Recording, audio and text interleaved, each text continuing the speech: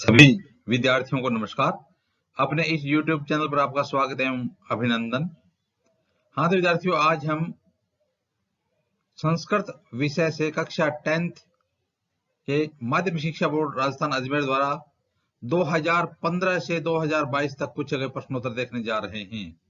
तो पिछले 2015 से 2022 तक माध्यमिक शिक्षा बोर्ड राजस्थान अजमेर द्वारा जो संधि व संधि विच्छेद संबंधित जो प्रश्नोत्तर पूछे गए थे उनका संकलन करके आज हम एक वीडियो देखने जा रहे हैं। तो शुरू करते हैं आज के संधि विच्छेद और संधि पद। पहला पद है दिगंबर। आपको दिगंबर पद है, इसका संधि विच्छेद करना है। क्या करना है? दिगंबर शब्द का संधि विच्छेद करना है। हाँ तो विद्यार्थियों, यदि आपको किसी पद में ग, ज, ड, द, ब दिखाई दे तो हमें क्या करना है? संधि विच्छेद करते समय हम पहले देखेंगे कि ग को क में परिवर्तित करके, ज को च में परिवर्तित करके, ड को ट में परिवर्तित करके, द को त में परिवर्तित करके, इसी प्रकार से ब को प में परिवर्तित करके, यानी क, च, ट, त, प का ग, ज, ड, द, ब हो जाता है। कौन संधि में? जस्तव संधि में। जस्तव संधि। कौन संधि में? जस्तव संधि में। अब हमें क्या दिखाई दिया? यहाँ पर ग वर्ण दिखाई दिया, तो ग किसका बनेगा? क का बनेगा। तो यहाँ हम कर देंगे बराबर ग की जगह क्या लिख देंगे? क कर देंगे, तो हो जाएगा दिक धन। अब इसमें इसमें कौन सा स्वर है? ए स्वर है ना। ग ए स्वर है, तो इस ए को आगे रख देंगे, तो दिक धन अम्बर, यह हो गया दिगंबर। दिक धन अम्बर दिगंबर। तो इसमें कौन सी संधि हो गई? जस्तव संधि हो गई। जस्तव संधि हो गई। तो जस्तव संधि में क्या होता है कि यदि प्रथम, द्वितीय, तीसरा और चौथा वर्ण है या श है, और उसके बाद में यदि तीसरा चौथा वर्ण आ रहा है या स्वर आ रहा है या फिर यवरल आ रहा है, तो ऐसी स्थिति में जो अपना प्रथम पदांत है वो वर्ण प्रथम वर्ण में बदल जाता है। तो जिस प्रकार से दिगंबर है ना, तो दिक धने अम्बर, दिक धने अम्बर। तो यह क ना, इसका प्रथम वर्ण क्या हो गया? क हो गया, तो दिक धन अम्बर दिगंबर। इसमें कौन संधि होगी? इसमें होगी जस्तव संधि। व्यंजन संधि है ना। जस्तव संधि कौन संधि का भेद है? व्यंजन संधि का भेद है। तो व्यंजन संधि के अंदर जो जस्तव संधि होती है उसके साथ साधारणतः छोटी कक्षाओं तक पहचान यही है कि यदि कोई संधि पद दिखे और संधि पद में यदि हमें ग, ज, ड, द, ब दिखाई दे तो संधि विच्छेद करेंगे, तो ग का क कर देंगे, ज का च, ड का ट, द का त और ब का प कर देंगे, यानी क, च, ट, त, प का ग, ज, ड, द, ब हो जाता है। कौन संधि में? जस्तव में। यहाँ पद हमारा कौन सा था? दिगंबर, दिक धन अम्बर। आगे भी जस्तव संधि संबंधित उदाहरण आएंगे, उसको हम देखेंगे। अगला है शिवोहम। शिवोहम, तो देखिए यहाँ पर ओ की मात्रा और आगे अवग्रह है। यहाँ पर क्या है? ओ की मात्रा है और आगे क्या लगा रखा है? अवग्रह लगा रखा है। तो ऐसी स्थिति में अवग्रह कब आता है? तो देखिए जो उत्तव विसर्ग संधि है, कौन सी? उत्तव विसर्ग संधि। तो उसमें क्या होता है कि यदि विसर्ग से पहले अ है और विसर्ग के बाद में भी अ है, विसर्ग से पहले क्या है? अ है और विसर्ग के बाद में भी क्या है? ऐसी स्थिति में इस विसर्ग का उ हो जाता है। क्या हो जाएगा? उ हो जाता है। तो ये उ हो गया, और अब विसर्ग का उ हो गया, आगे क्या है? अ है और बाद में भी क्या है? अ है। अब अ और उ मिलकर के गुण हो जाएगा, तो क्या हो जाएगा? ओ हो जाएगा, और आगे वाले अ का अवग्रह हो जाएगा। तो जब आपको इस प्रकार से अ और आगे अवग्रह दिखाई दे तो आप उसमें प्रथम पदांत विसर्ग रख देना, और जो द्वितीय पदार्थ है वहां पर भी यदि अवग्रह का चिन्ह दिखाई दे तो वहां पर भी ए रख देना, है ना। तो अब स्थिति यह होगी कि विसर्ग से पहले और विसर्ग के बाद में भी ए, तब क्या हो जाएगा, यानी ओ और अवग्रह हो जाएगा। तो यहाँ पर शिवो अहम है, तो पहले ए रखेंगे प्लस से पहले, तो क्या हो जाएगा, शिव, क्या हो जाएगा, शिव धन, और बाद में भी अवग्रह है, अवग्रह ऐसी स्थिति में बाद में भी क्या रखना है, ए रखना है। तो शिव धन अहम, शिव धन अहम। तो देखना यहाँ पर जो विसर्ग का था, इस विसर्ग का क्या बन गया, ऊ बन गया। इसके पहले जो ए था वो ए और ऊ मिलकर के ओ हो गया, आगे वाले ए का अवग्रह हो गया।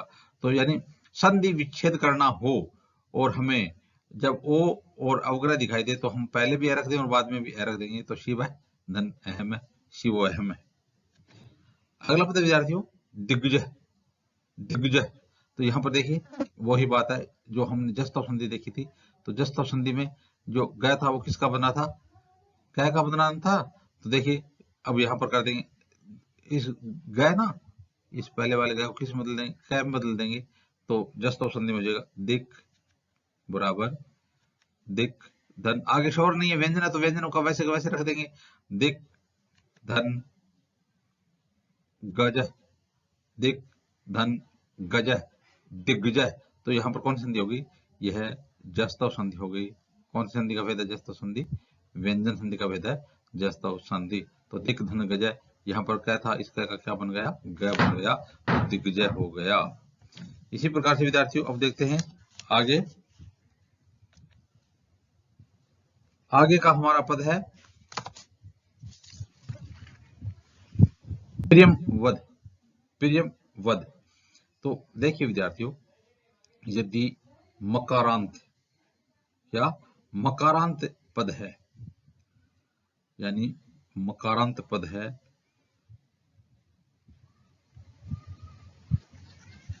पहले मकारांत का मतलब है मैं आ रहा है, हलंत वाला मैं आ रहा है, और उसके बाद में यदि कोई व्यंजन आ रहा है तो ऐसी स्थिति में हलंत वाला मैं है वो अनुस्वार में बदल जाता है। किस में बदल जाता है, अनुस्वार में बदल जाता है। तो जिस प्रकार से हम उदाहरण देखते हैं, तो यहां पर है प्रियम पद है, तो यदि अनुस्वार संधि में, अनुस्वार संधि में क्या होता है कि जिस प्रकार से यहां दे रखा है, यह मैं है, वो हलंत वाला मैं है, व्यंजन है, और उसके बाद में यदि कोई व्यंजन है तो ऐसी स्थिति में यह मैं अनुस्वार में बदल जाता है। तो यहाँ पर प्रियम वध है ना, तो यदि हम इसका संधि विच्छेद करेंगे तो प्रियम यानी अनुस्वार, अनुस्वार है ना, इसका मैं कर दें, मकारांत कर दे, मैं कर देंगे। तो प्रियम धन वध, प्रियम धन वध, प्रियम वध। तो देखिए जब संधि विच्छेद करना हो तो हलंत वाला मैं कर देंगे, और जब संधि करनी हो तो इस हलंत वाले मैं का अनुस्वार कर देंगे। तो इस प्रकार दोबारा देखना, यदि हमें संधि करनी है, संधि विच्छेद करना है, जिस प्रकार से आपसे दे दिया कि सत्यम धन वदती, सत्यम धन वदती, इस प्रकार दे दिया। तो हम देख रहे हैं कि यहाँ पर जो हलंत वाला मैं है ना, और आगे क्या है, व्यंजन है, तो यहाँ पर भी मैं व्यंजन है। तो ऐसी स्थिति में यदि इसका संधि करेंगे ना तो क्या करेंगे, सत्यम अनुस्वार कर देंगे, सत्यम वदती। और ऐसा बोला जाए कि सत्यम वदती जो पद है यानी संधि विच्छेद है ये, तो है ना, तो यह संधि है और संधि विच्छेद करो तो कर देंगे सत्यम, हलंत वाला बैल लगा देंगे, संधि विच्छेद में सत्यम धन वदती। तो इस प्रकार से प्रियम धन वद, प्रियम वध।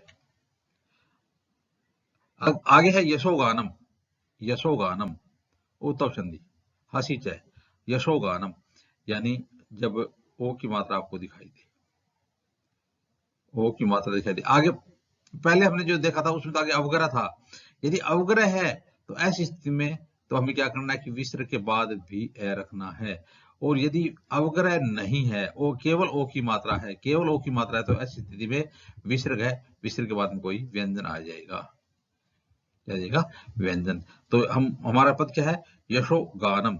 तो हम यशोगानम का संधि विच्छेद करेंगे तो इसमें कौन संधि हो जाएगी, उत्तव संधि हो जाएगी। तो इसमें क्या करेंगे कि विसर्ग से पहले तो ए ही रखेंगे, विसर्ग से पहले क्या रखेंगे, ए ही रखेंगे।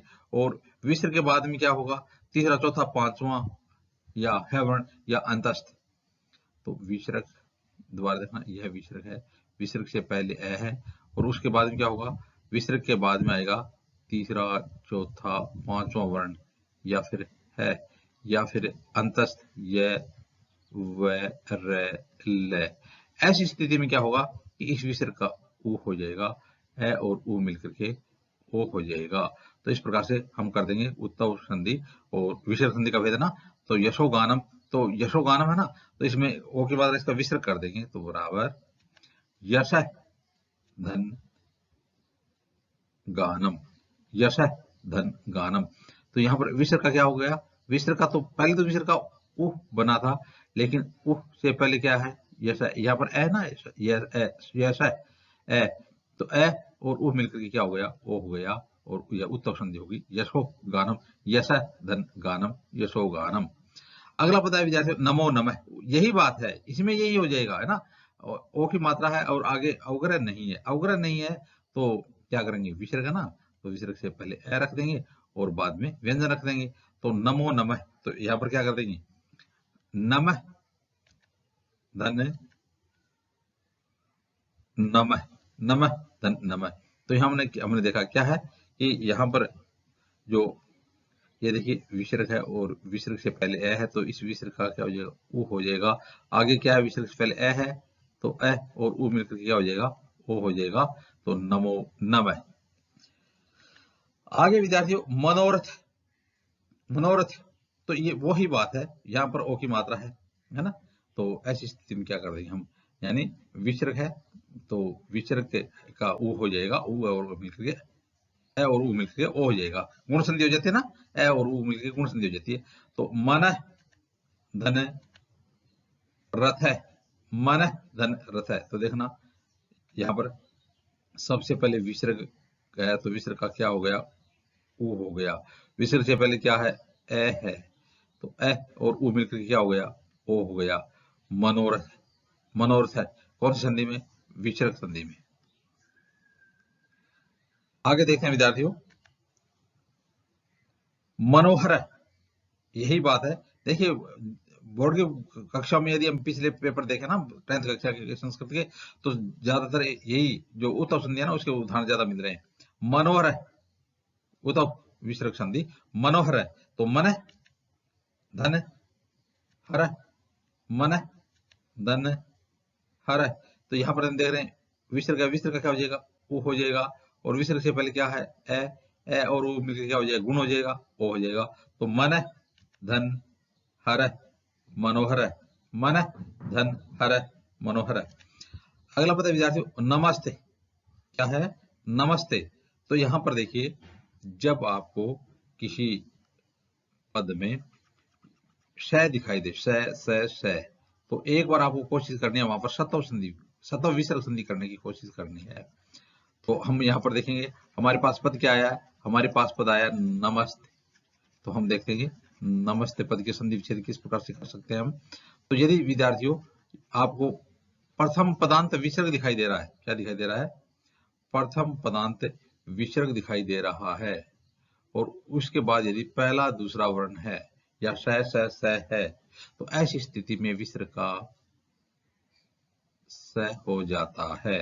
दोबारा देखना, यदि विसर्ग है और विसर्ग के बाद में कौन सा वर्ण दिखाई दे रहा है, विसर्ग के बाद में पहला और दूसरा वर्ण दिखाई दे रहा है, क, ख, च, छ, ट, ठ, त, थ, प, फ, पहला और दूसरा वर्ण, चाहे वो क, ख हो, च, छ हो, ट, ठ हो। तो यहां पर हम देखें विसर्ग, तो ऐसी स्थिति में विसर्ग क्या हो जाएगा, स हो जाएगा, किसका, विसर्ग का, विसर्ग का बनता पहले सही है। तो देखिए नमस्ते, तो हम देखेंगे नमः धन ते, नमः धन ते। तो हम यहाँ पर देख रहे हैं कि यहाँ पर विसर्ग, जो नमस्ते यहाँ पर विसर्ग है ना, तो विसर्ग का क्या हो गया, मूर्धन्य स हो गया, मूर्धन्य स हो गया। तो मूर्धन्य स ही बनता है पहले विसर्ग का, तो विसर्ग का पहले क्या बनता है, मूर्धन्य स। तो देखिए नमः धनते, नमस्ते। हाँ तो विद्यार्थियों, अब देखेंगे कुछ और जो हमें संधि विच्छेद दिए गए हैं, हमें क्या करना, उनका संधि बनाना है। तो देखिए, देखते हैं आगे के पद। भारतम धन नाम, भारतम धन नाम, यह कह रहा है कि यदि हम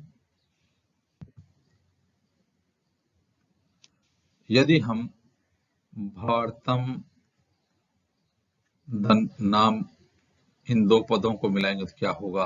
तो देखिए विद्यार्थी, यदि मकार व्यंजन में आ रहा है, प्रथम पद के अंत में व्यंजन में आ रहा है, उसके बाद में यदि कोई व्यंजन आ रहा है, तो ऐसी स्थिति में इस व्यंजन में का अनुस्वार हो जाता है।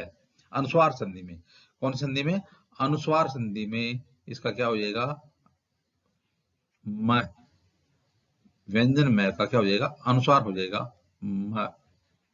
तो देखिए भारतम नाम, तो यहां पर इसका क्या हो जाएगा, मैं, इसका क्या हो जाएगा, अनुस्वार हो जाएगा। तो भारतम नाम बराबर भारतम नाम, भारतम नाम, तो यहां पर इसका क्या हो गया, अनुस्वार हो गया, इसलिए इसको क्या कहते हैं, अनुस्वार संधि कहते हैं। जो ये व्यंजन संधि का भेद है। अनुस्वार संधि कौन सी संधि में आती है, व्यंजन संधि में आती है।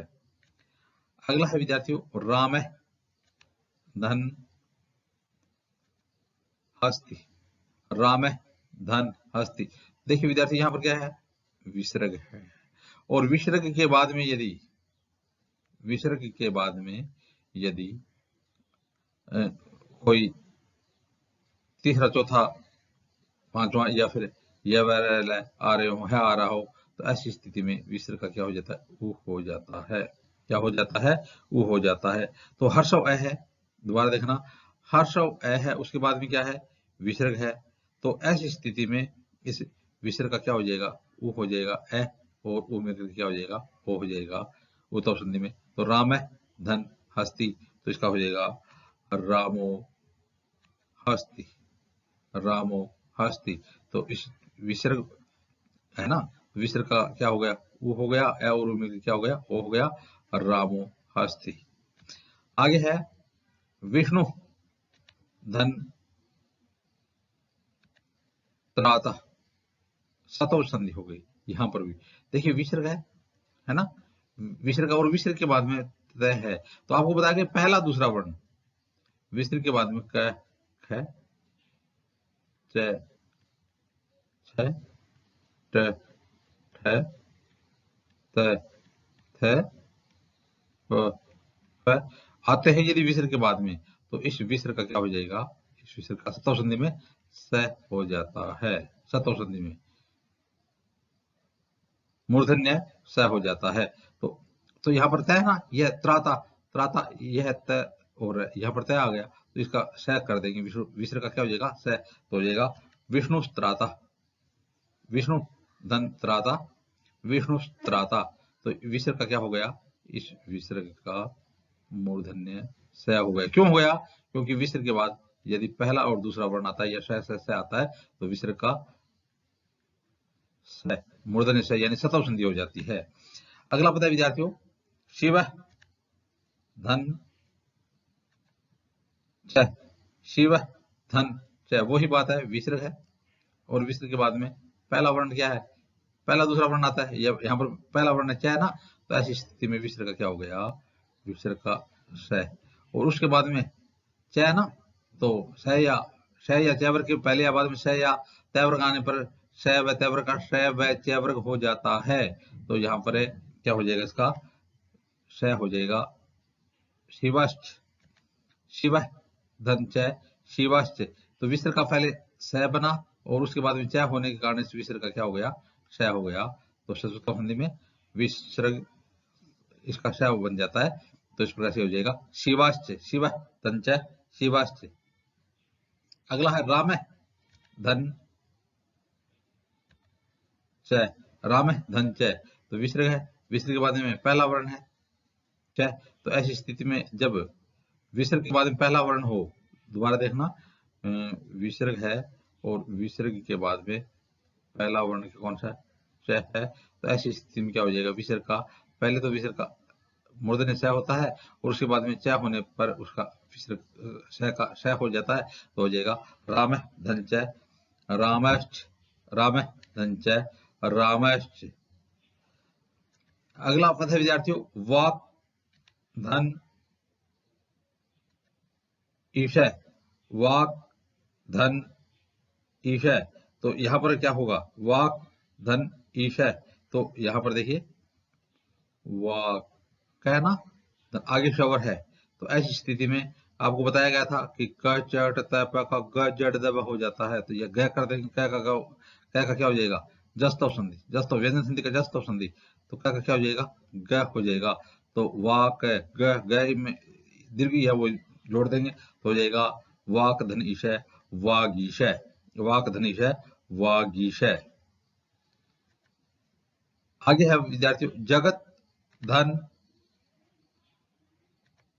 ईशय, जगत धन ईशय, तो यहाँ पर प्रथम वर्ण है तय और उसके बाद में स्वर है ई, तो पहला दूसरा तीसरा चौथा वर्ण है, उसके बाद में अब कोई स्वर आता है या कोई व्यंजन आता है, तो ऐसी स्थिति में यह तय किस में बदल जाएगा, तीसरे में क च ट त प, तो त थ द, तो जगत धन ईशय जस्तव संधि हो जाएगी जगदीशय, जगत धन ईशय जगदीशय। इसी प्रकार से आगे है विद्यार्थियों हरिम धन वंदे, हरिम धन वंदे, तो यही हमने देखा था, पहले भी देखा था कि यदि अनुस्वार है तो संधि विच्छेद करेंगे तो अनुस्वार का व्यंजन वाला मैं कर देंगे, यानी मैं मकार अंत कर देंगे, मकार आ जाएगा, देखना भाई मैं है उसके बाद में कोई व्यंजन है तो इस मैं का क्या हो जाएगा, अनुस्वार हो जाएगा, तो इसमें क्या हो जाएगा हरिम धन वंदे, तो इसका हम अनुस्वार कर देंगे तो हो जाएगा हरिम वंदे, हरिम वंदे, तो यहाँ पर जो व्यंजन में है इसका क्या हो गया, अनुस्वार हो गया, और संधि विच्छेद करेंगे तो अनुस्वार का क्या कर देंगे, मैं कर देंगे। आगे विद्यार्थियों यश है धन द, यश है धन द, तो देखिए विसर्ग है ना, और विसर्ग के बाद में तीसरा वर्ण है द, तो ऐसी स्थिति में विसर्ग से पहले है ना, तो विसर्ग से पहले होने पर विसर्ग का क्या हो गया, उ हो गया, और विसर्ग से पहले क्या है ए और उ मिलकर के गुण हो जाएगा ओ, तो अब इसका गुण करेंगे तो यश है धंधा यशोदा, हसी च सूत्र विसर्ग संधि यश है धंधा यशोदा। तो इस प्रकार से विद्यार्थियों आज हमने 2015 से 2022 तक पूछे गए संधि पद देखे। आगे आने वाले वीडियो में इसी प्रकार से संस्कृत व्याकरण संबंधित अध्ययन सामग्री देखते रहेंगे। आप भी अपने YouTube चैनल के साथ बने रहिए। वीडियो देखने के लिए धन्यवाद।